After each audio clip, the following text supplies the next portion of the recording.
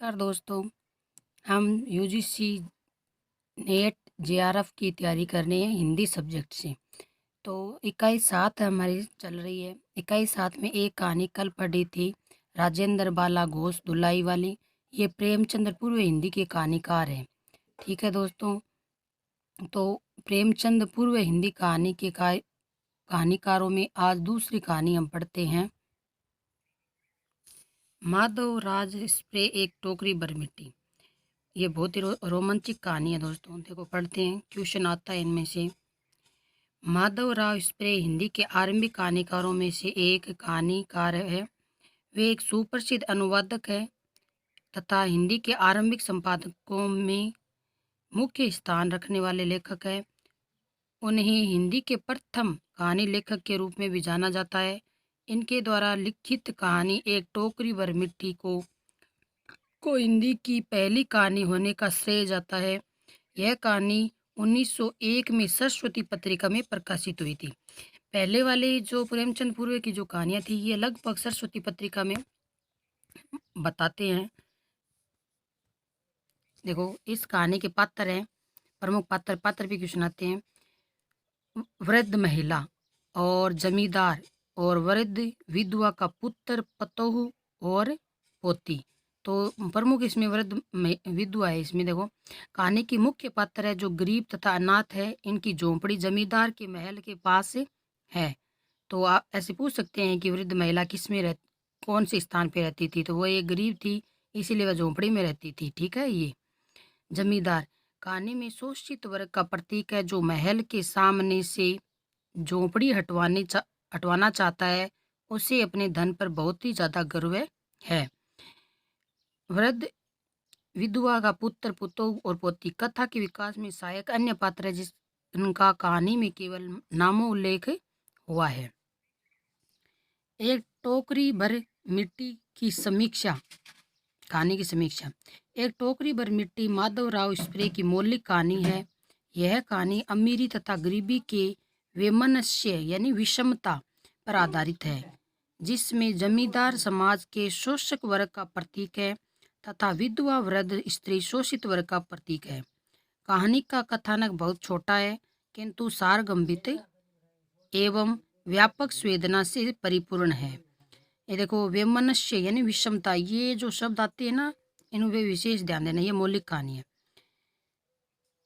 देखो मौलिक कहानी दोस्तों, एक दिन ये भी बात करेंगे मौलिक कहानी किसे कहते हैं, ये बताएंगे आपको।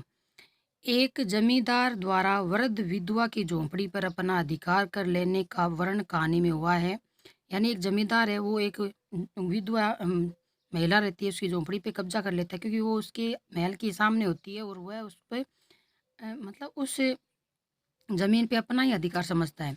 वृद्ध स्त्री द्वारा झोंपड़ी से एक टोकरी भर मिट्टी लेने की प्रार्थना करना, जमींदार द्वारा उस टोकरी को न उठा पाना तथा इस संदर्भ में वृद्ध स्त्री का कथन है कि ये कथन बहुत इंपॉर्टेंट है। आपसे तो एक टोकरी भर मिट्टी नहीं उठाई जाती और इस झोंपड़ी में तो हजारों टोकरियां मिट्टी पड़ी है। इसका भार आप जन्म भर कैसे उठा सकेंगे। पूरी कथा को एक नया मोड़ दे देता है। वृद्ध के मन वचन को सुनकर जमींदार की आंखें खुल जाती है तथा उसे अपने किए गए कार्य पर पछतावा होता है। अंत में जमींदार वृद्धा से क्षमा मांगते हुए उनकी झोंपड़ी उसे वापस दे देता है। इस प्रकार यह संक्षिप्त का कथा बहुत प्रभावी बन गई है। एक छोटे से कथन से जमींदार का हृदय परिवर्तित हो जाता है। कहानी में सभी घटनाएं सहज एवं स्वाभाविक रूप से घटित होती है। इस कहानी में केवल दो ही प्रमुख पात्र, एक वृद्ध वृद्ध विधवा और जमींदार। संपूर्ण घटनाक्रम इन्हीं के आसपास घूमता रहता है।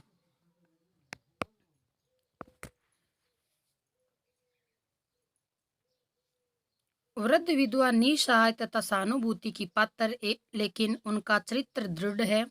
जमींदार का चरित्र गतिशील है। वह आरंभ में क्रूर बना रहता है तथा अंत तक आते आते उसका हृदय परिवर्तन हो जाता है तथा वह एक सज्जन व्यक्ति बन जाता है। आलोच्य कहानी का परिवेश उस समय की सामंतवादी व्यवस्था का स्वरूप प्रस्तुत करता है।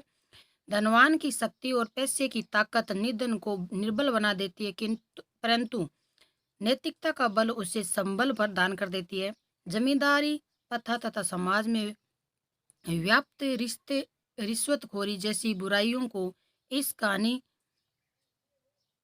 में स्पष्ट रूप से दिखाया गया है। कहानी का उद्देश्य नैतिक आदर्श की स्थापना करना रहा है, किंतु हिंदी की प्रथम कहानी होने के पश्चात इस कहानी में तीव्र सामाजिक संवेदना है।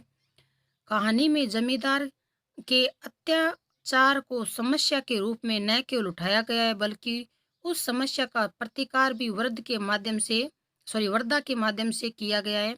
एक टोकरी भर मिट्टी कहानी में मूल कथा एक टोकरी भर मिट्टी विषय पर ही टिकी है।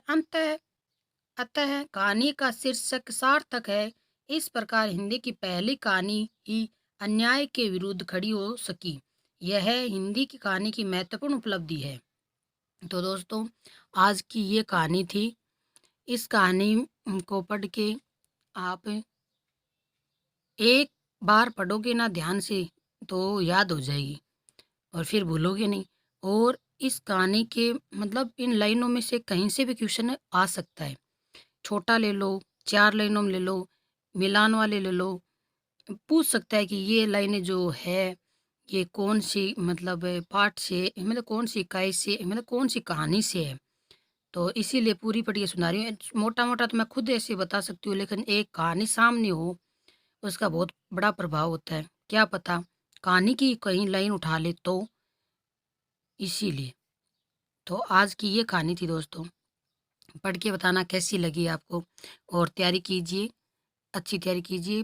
25 लाख स्कॉलरशिप मिलती है इसमें जेआरएफ क्लियर होने के बाद। आप भी इस मेरे साथ भागीदारी बने इसमें। आज के लिए इतना ही दोस्तों।